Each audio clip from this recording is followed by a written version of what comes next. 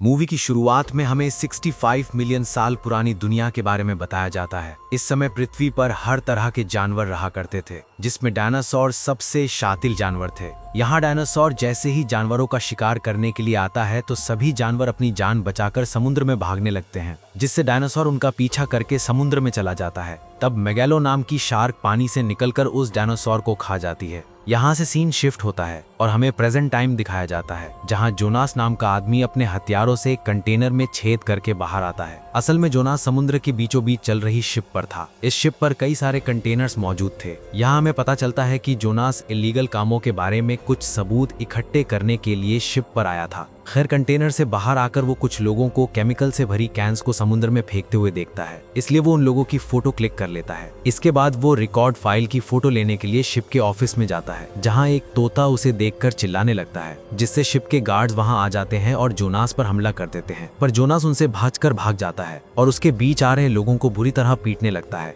लेकिन शिप के गार्ड उसे घेर लेते हैं, जिससे जोनास अपनी फाइट स्किल्स से उन्हें मारता है और शिप के ऊपर आ जाता है। पर यहाँ भी गार्ड्स आ जाते हैं, इसलिए जोनास समुद्र में कूद जाता है। ठीक उसी समय जोनास के साथी मैक और रगास एक प्लेन लेके वहां आते हैं और जोनास को बचाकर ले जाते हैं। इसके बाद हम चाइना के ओशियानिक इंस्टीट्यूट हाइनान के डायरेक्टर जूमिंग और उसकी इन्वेस्टर हिलरी को देखते हैं, जो कि अपने नए इन्वेंशन का टेस्ट कर रहे थे। असल में जूमिंग की टीम ने एक स्पेशल सूट बनाया था, जो कि इंसान में लड़ने की ताकत बढ़ाता है, और इस सूट को पहनकर आसानी से समुद्र की गहराई वाले मिशंस किए जा सकते हैं। यहाँ जूमिंग उस सूट को पहनकर बड़ी आसानी से पत्थर को तोड़ देता है। इसी दौरान मेंग वहां आती है और अपने अंकल को आज रात होने वाली पार्टी के बारे में याद दिलाती है। असल में ये पार्टी उनकी कंपनी के 10 साल पूरे होने पर रखी गई थी। इस पार्टी में हम जोनास को भी देखते हैं, जो कि जूमिंग के दोस्त का भाई है। साथ ही हमें पता चलता है कि जोनास ने मेंग को गोद लिया होता है। यहाँ जूमिंग स्टेज पर आकर अपने इन्वेंशंस के बारे में बताता है। साथ ही वो अपने इंस्टीट्यूट के पूल में रहने वाली मेगलोडॉन शार्क दिखाता है, जिसका नाम उसने हाइकी रखा था। दरअसल जब हाइकी छोटी थी तब उसकी टीम ने उसे समुद्र के 20,000 फीट की गहराई से पकड़ा था। जूमिंग बताता है कि हमारे इंस्टीट्यूट ने हाइकी से बहुत कुछ सीखा है और उसकी मदद से ऐसी टेक्नोलॉजी बनाई जिससे वो समुद्र की गहराई तक जा सकेंगे। अगले दिन मेंग जोनास के साथ समुद्र के मिशन में चलने का कहती है, जिस पर जोनास उसे मना करता है क्योंकि वो अभी छोटी है और समुद्र में खतरा होता है। इसी दौरान रगास वहां आती है और जोनास को बताती है कि जूमिंग पूल में गया है। ये सुनकर वो जूमिंग को देखने के लिए भागते हैं। जोनास जूमिंग से कहता है कि उसे हाइकी से खतरा हो सकता है, लेकिन जूमिंग को विश्वास था कि सब कुछ उसके कंट्रोल में होगा। इसके बाद जूमिंग हाइकी का ध्यान अपनी ओर खींचता है, जिससे हाइकी उसके पास आ जाती है और उसके चारों ओर तैरकर अचानक से उस पर हमला कर देती है। यहाँ बाहर जोनास और उसके साथियों को जूमिंग कहीं भी नजर नहीं आ रहा था, जिससे उन्हें लगता है कि हाइकी ने उसे खा लिया है। पर तभी वो पूल से बाहर आता है और बताता है कि शार्क के हमला करने के पहले ही वो पूल से बाहर आ गया था। यहाँ जोनास और जूमिंग बात करते हैं कि इस वीक से हाइकी काफी अजीब बिहेव कर रही है। कुछ समय के बाद जूमिंग और उसका ग्रुप एक मरीन रिसर्च सेंटर में जाते हैं, जिसे माना 1 नाम से जाना जाता है,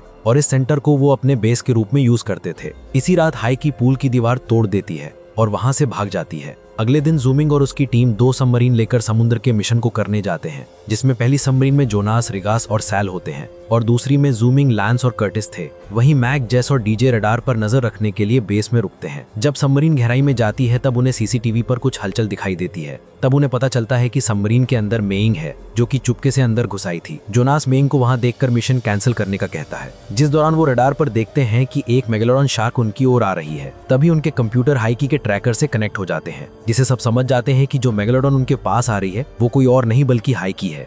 हाइकी उन पर अटैक कर पाते इससे पहले वो समुद्र की थर्मोक्लाइम लेयर के अंदर आ जाते हैं। तब उन्हें वहां एक और मेगलोडॉन दिखाई देती है, जिसे देखकर सभी शॉक्ड हो जाते हैं, क्योंकि ये शार्क हाइकी के साइज से कई गुना ज्यादा बड़ी थी। अब जूमिंग सबको और भी गहराई में ले जाता है। तब ऊपर देखने पर उन्हें हाइकी किसी मेल मेगलोडॉन के साथ दिखाई देती है। इससे उन्हें पता चलता है कि यह समय मेगलोडॉन के मिलन का है और इसी वजह से हाइकी अजीब बिहेव कर रही थी। इसी दौरान उन्हें पानी के नीचे एक सीक्रेट स्टेशन दिखाई देता है। साथ ही उन्हें वहां एक सबमरीन भी मिलती है, जिसमें मॉन्टेस नाम का आदमी बैठा था, जो कि इलीगल माइनिंग ऑपरेशन को लीड कर रहा था। असल में मॉन्टेस हैवी मिनरल्स की चोरी करने आया था, इसलिए उसके लोग चट्टानों में बॉम्ब लगा रहे थे। खैर, मॉन्टेस यहाँ जूमिंग की सबमरीन्स को देख लेता है, इसलिए वो उनसे बचने के लिए चट्टान पर लगे बॉम्ब ब्लास्ट कर देता है, जिससे उसके सभी लोग मारे जाते हैं। लेकिन वो किसी तरह वहां से भाग जाता है। दूसरी तरफ इस ब्लास्ट से जूमिंग की दोनों सबमरीन्स के ऊपर एक चट्टान गिर जाती है, जिससे उनका बेस से कॉन्टैक्ट टूट जाता है। इधर मैक जेस से कहता है कि हम अपनी सबमरीन से टीम को रेस्क्यू करने जाएंगे, पर जब जेस सबमरीन के पास जाती है तो उसे पता चलता है कि किसी ने सबमरीन में तोड़फोड़ करके उसे खराब कर दिया है। मैक को लगता है कि उनकी टीम का कोई मेंबर उन्हें धोखा दे रहा है,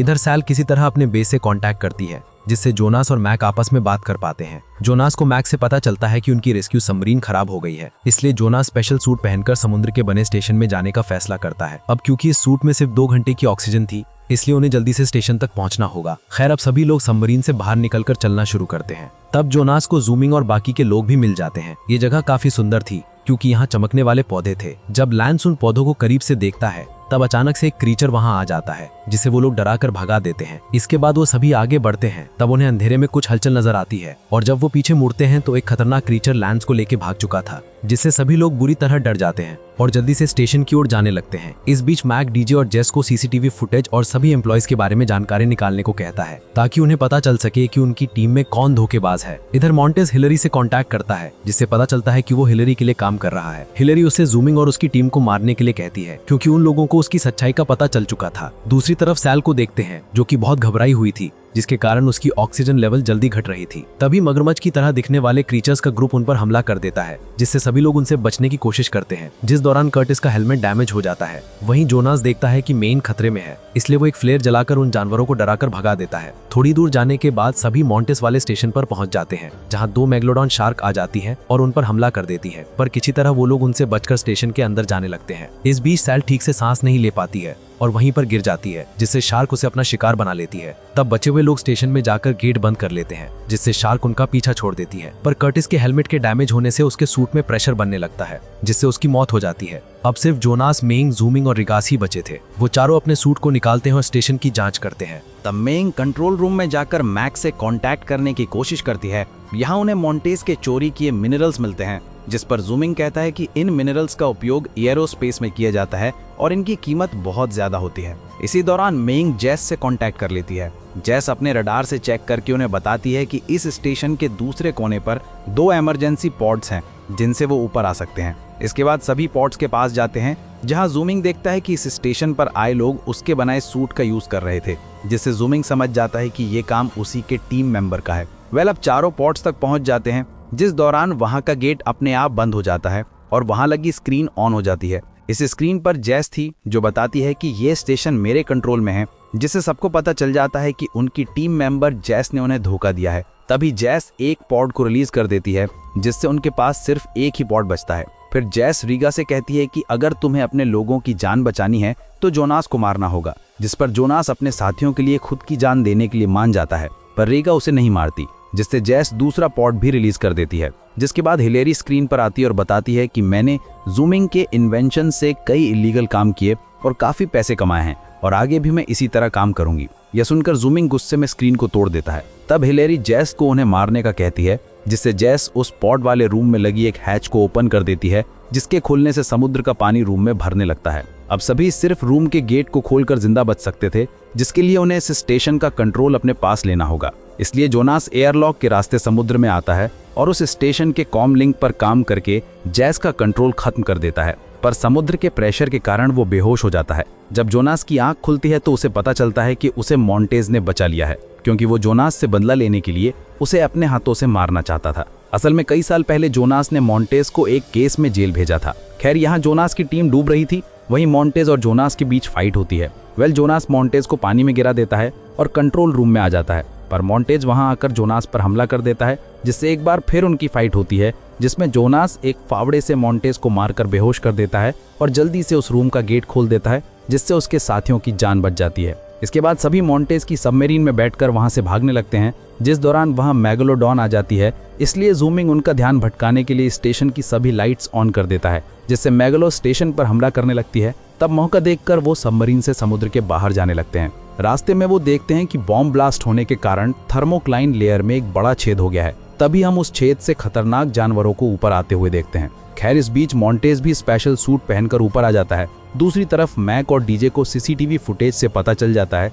कि जेस ने उन्हें धोखा दिया है। इसी दौरान हिलेरी के आदमी मानावन बेस पर आ जाते हैं, जहां वो मैक और डीजे को मारने के लिए उनके पास जाते हैं, पर वो दोनों उनसे बचते हुए समुद्र में कूद जाते हैं और बेस के नीचे वाले हिस्से से अंदर आ जाते हैं, पर हिलेरी के लोग वहां आकर उन्हें पकड़ लेते हैं। तब जोनास और जूमिंग वहां आ जाते हैं और अपने दोनों साथियों को बचा लेते हैं। इधर बेस में मॉन्टेज भी आ जाता है और जेस से मिलकर उसे किस करता है, जिससे पता चलता है कि वो दोनों कपल हैं। यहाँ उन्हें 3 मेगलोडॉन शार्क दिखाई देती है, जो कि थर्मोक्लाइन लेयर से ऊपर आ गई थी। इसलिए जैस हिलेरी को इस बारे में बताती है, जिस पर हिलेरी कहती है कि इस कंट्रोल रूम के कांच को शार्क नहीं तोड़ सकती। पर तभी एक शार्क कांच तोड़ देती है और जैस को खा जाती है। ये देखकर मॉन्टेज जल्दी से कंट्रोल रूम से भाग जाता है। दूसरी तरफ जोनास और उसके साथी एक बोट में बैठकर भागने लगते हैं, जिससे हिलेरी के लोग दूसरी बोट से उनका पीछा करने लगते हैं। पर जब वो जोनास के साथियों पर गोलियां चलाने वाले होते हैं, तब एक शार्क उन लोगों को खा जाती है। खैर, इसके बाद जोनास अपनी बोट पर मौजूद चीजों से बॉम्ब वाला हार्पून बनाता है और फिर वो सभी फन आइलैंड की ओर जाने लगते हैं। इस आइलैंड पर काफी टूरिस्ट आए हुए थे,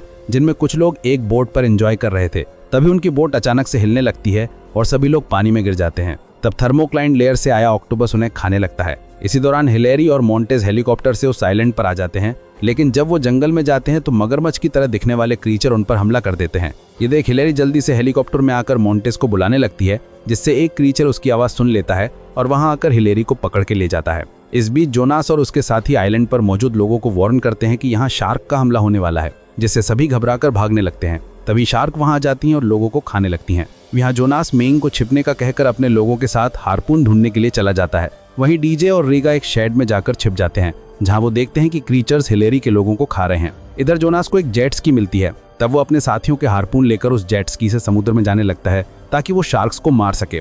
दूसरी तरफ मैक और जूमिंग एक वेयरहाउस में जाते हैं और बॉम्ब बनाने के लिए नाइट्रेट ढूंढते हैं, जिस दौरान हिलेरी के लोग क्रीचर से बचते हुए वहां आ जाते हैं, जहां वो मैक और जूमिंग पर गन पॉइंट कर देते हैं। वहीं जोनास शार्क से बचते हुए पानी में गिर जाता है, इसलिए वो तेजी से तैरकर जेट स्की पर वापस आ जाता है। जब शार्क उसे खाने के लिए आती है, तभी जोनास जेट स्की लेकर भाग जाता है। इस बीच रिगास और डीजे क्रीचर से बचते हुए वेयरहाउस में आ जाते हैं, जहां उन्हें भी कैदी बना लिया जाता है। यहाँ जूमिंग उन लोगों को बातों में भटकाने लगता है और डीजे को एक बटन की ओर धक्का दे देता है, जिससे वेयरहाउस का गेट खुल जाता है और क्रीचर अंदर आकर हिलेरी के लोगों को खाने लगते हैं। तब जूमिंग के साथ ही नाइट्रेट के बैग लेकर बाहर आ जाते हैं। इसके बाद डीजे और रीगा एक फोन से इमरजेंसी टीम को कॉल करके उन्हें मदद के लिए बुलाते हैं, जबकि हिलेरी और जूमिंग हिलेरी के हेलीकॉप्टर पर जाते हैं। पर वहाँ एक क्रीचर होता है, इसलिए जूमिंग उस क्रीचर का ध्यान भटकाता है ताकि मैक्स सेफली हेलीकॉप्टर पर पहुंच सके। तभी उस क्रीचर जूमिंग पर हमला कर देता है, लेकिन जूमिंग एक फावड़े से उसे मारकर बेहोश कर देता है। फिर वो हेलीकॉप्टर में फ्यूल डालने के पाइप को हेलीकॉप्टर में लगाता है, जिससे मैक हेलीकॉप्टर उड़ाना शुरू कर देता है। लेकिन फ्यूल पाइप अभी भी हेलीकॉप्टर में लगा हुआ था, इसलिए जूमिंग पाइप निकालने की कोशिश करता है, जिससे वो नीचे गिर जाता है। ये देखकर कुछ क्रीचर्स उसकी ओर आने लगते हैं, पर तभी मैक हेलीकॉप्टर को कंट्रोल करके फ्यूल टैंक पर फायर कर देता है, जिससे फ्यूल टैंक में आग लग जाती है और जूमिंग क्रीचर से बचकर हेलीकॉप्टर में आ जाता है। दूसरी ओर जोनास का सामना एक शार्क से होता है, लेकिन शार्क को हार्पून से कुछ नहीं होता। लेकिन जब वो दूसरी शार्क पर अटैक करता है तो उस शार्क की मौत हो जाती है।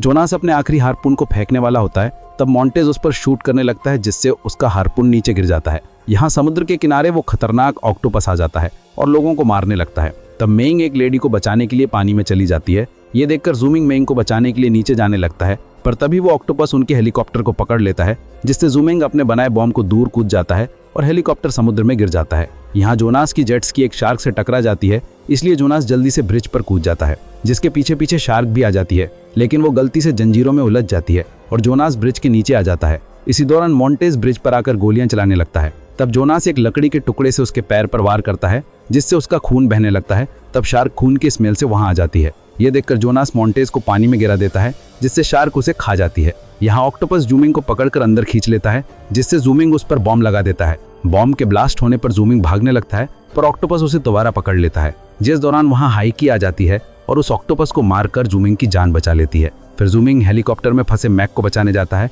तब जोनास एक शार्क को उनकी ओर जाता हुआ देखता है, इसलिए वो हेलीकॉप्टर के रोटर से पानी में वाइब्रेशंस करके शार्क को अपने पास बुलाता है। जैसे ही शार्क उसके पास आती है, तब वो शार्क पर रोटर से अटैक करके उसे मार देता है। अब सभी बचे हुए लोग किनारे पर आ जाते हैं, पर जब जोनास, मैक और जूमिंग किनारे पर जा रहे होते हैं, तब हाइकी उनके पास आती है। इसलिए जूमिंग पानी के अंदर जाकर अपने डिवाइस से हाइकी को मैसेज भेजता है कि वो यहाँ से दूर चली जाए। ये सुनकर हाइकी वहाँ से चली जाती है और वो तीनों किनारे पर आ जाते हैं। इसके बाद कोस्ट गार्ड के हेलीकॉप्टर उन्हें बचाने के लिए आइलैंड पर आ जाते हैं।